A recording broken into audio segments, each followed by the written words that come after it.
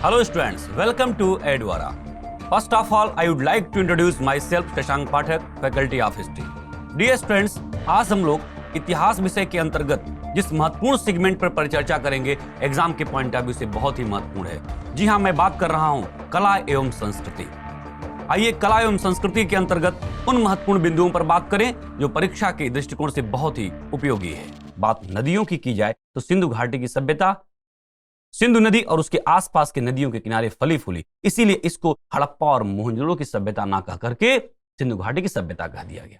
लेकिन फिर भी आपके मन में आएगा कि परीक्षा में प्रश्न बनता है कि हड़प्पा कालीन वास्तुकला के बारे में बात करी या हड़प्पा सभ्यता के वास्तुकला के बारे में बात करी. तो इसका मतलब आपको यह समझना है कि चूंकि सबसे पहले हड़प्पा की खोज हुई तो हड़प्पा के सम्मान में इसे हड़प्पा सभ्यता कह दिया जाता है और इसी को आद्ययुगीन सभ्यता भी कहते हैं, जिसको हम आगे चल करके पढ़ेंगे. इन सभी नामों का उल्लेख मैं इसलिए कर रहा हूं कि कला और संस्कृति के अंतर्गत इन सभी नामों से प्रश्न बना हुआ है और हमारे विद्यार्थी इसमें परेशान हो जाते हैं.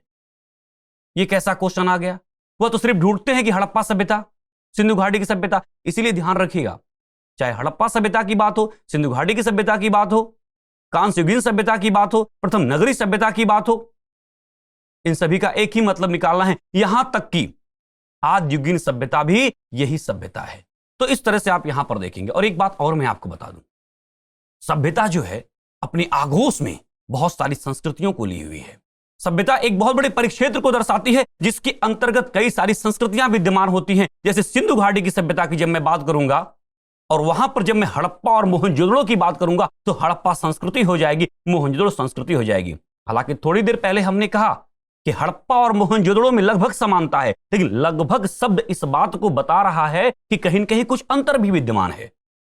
जो अंतर है वही कहीं न कहीं दूसरे की शैलियों को दिखा रहा है.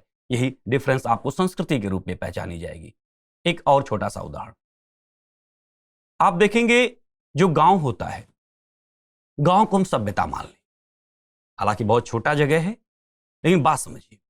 गांव को सभ्यता मान लेते हैं और गांव में जो बने घर होते हैं, कई सारे घर होते हैं. कई बार आप लोगों ने सुना होगा आपस में लोगों को बात करते हुए कि हमारे घर का कल्चर ऐसा नहीं है, उनके घर का कल्चर ऐसा है, उनके घर का कल्चर ऐसा है. तो वहां पर जो घर है ना, तो हर घर में आप देखेंगे कुछ न कुछ अंतर है. वही अंतर संस्कृति को दिखाता है. और पूरे गांव की अगर मैं बात करूं तो पूरा गांव एक सभ्यता को दर्शाएगा. तो ओवरऑल जो पूरा परिक्षेत्र है वह सभ्यता है कि इस गांव की इस तरह की सभ्यता है. तो सभ्यता में सभी घर की कॉमन चीजों को ले लिया जाता है. लेकिन अगर संस्कृति शब्द का प्रयोग हो गया तो इसका मतलब कि हर घर की बातों को आपको ढूंढना होगा. तो ऐसे सिंधु घाटी सभ्यता है, बहुत बड़ा विशाल परिक्षेत्र है और इस सिंधु घाटी की सभ्यता में कई नगर हैं. हड़प्पा, मोहनजोदड़ो, लोथल, रोपड़, कालीबंगा, सुरकोटदा, धौलावीरा, राखीगढ़ी, मांडा. और इन नगरों में जो परिवर्तन देखने को मिल रहा है उसके पीछे भी कई सारे कारण होते हैं.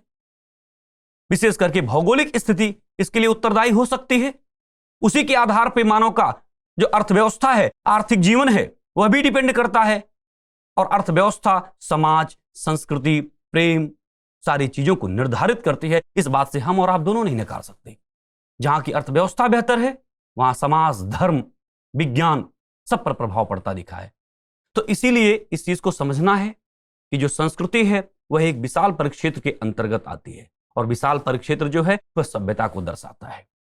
तो इसीलिए हम लोग सिंधु घाटी की सभ्यता की बात करेंगे. अगर हड़प्पा की बात आ गई कि हड़प्पा संस्कृति के बारे में या हड़प्पा संस्कृति के वास्तुकला के बारे में आप विचार विमर्श करें तो सिर्फ आपको हड़प्पा के बारे में बात करना है, सिर्फ हड़प्पा के बारे में. लेकिन अगर हड़प्पा संस्कृति की जगह हड़प्पा सभ्यता दे दिया तो आपको फिर सिंधु घाटी की सभ्यता बताना है.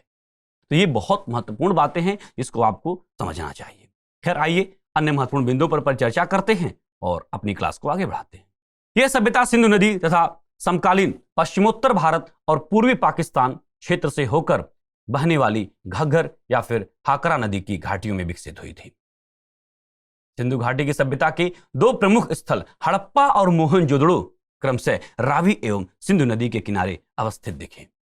हड़प्पा, मोहनजोदड़ो तथा इस सभ्यता के अन्य स्थलों की खुदाई से यह पता चलता है कि सिंधु घाटी सभ्यता अत्यंत विकसित नगरी सभ्यता थी, जहां पर विशिष्ट नगरी सभ्यता और निर्माण कौशल के तत्व उपस्थित थे. और मैं आपको बता दूं कि आज भी भारतीय समाज, भारतीय सभ्यता आज भी अगर ऋणी है तो सिंधु घाटी की सभ्यता की ऋणी है।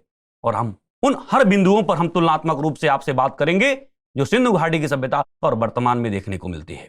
चाहे वो नगर नियोजन की बात हो, चाहे धर्म की बात हो, चाहे सामाजिक स्थिति की बात हो, चाहे वर्ग विभाजन की बात हो, सब पर हम लोग तुलनात्मक अध्ययन करेंगे। और कई बार आपकी परीक्षा में प्रश्न आता है, हड़प्पा और मोहनजोदड़ो की नगर नियोजन प्रणाली नगर नियोजन के प्रारंभिक उदाहरणों में से एक है। हड़प्पा और मोहनजोदड़ो आधुनिक पाकिस्तान में अवस्थित है। लेकिन एक बात मैं आपको यहां पर बताऊं कि जब हड़प्पा और मोहनजोदड़ो की बात होती है तो आपको वर्तमान स्थिति नहीं, आपको उस समय ध्यान रखना होता है जिस समय भारत के अंग हुआ करते थे। इवन पाकिस्तान नहीं, अफगानिस्तान के भी भाग, बांग्लादेश, साथ ही साथ नेपाल, इस तरह से ये जो परिक्षेत्र हुआ करता था भारतीय उपमहाद्वीप के अंतर्गत। और जब भी हम प्राचीन इतिहास की बात करते हैं तो भारतीय उपमहाद्वीप की बात करते हैं, इसलिए चाहे पाकिस्तान में हो या फिर अफगानिस्तान में, वो भारत के संदर्भ में ही देखा जाएगा। तो इस प्रकार हड़प्पा और मोहनजोदड़ो की नगर नियोजन प्रणाली नगर नियोजन के प्रारंभिक उदाहरणों में से एक है। हड़प्पा और मोहनजोदड़ो आधुनिक पाकिस्तान में अवस्थित है। वहीं गुजरात में लोथल और धौलावीरा, हरियाणा में राखीगढ़ी, पंजाब में रोपड़, राजस्थान में कालीबंगा और बालाथल, इसके साथ ही साथ सभ्यता के अन्य प्रमुख केंद्र भी अवस्थित हैं। अपनी विकास के चरम काल में सिंधु घाटी सभ्यता की जनसंख्या लगभग 5 लाख से अधिक होने का अनुमान पुरातत्ववेत्ताओं ने लगाया। आइए इस सभ्यता को और विस्तार से देखते हैं।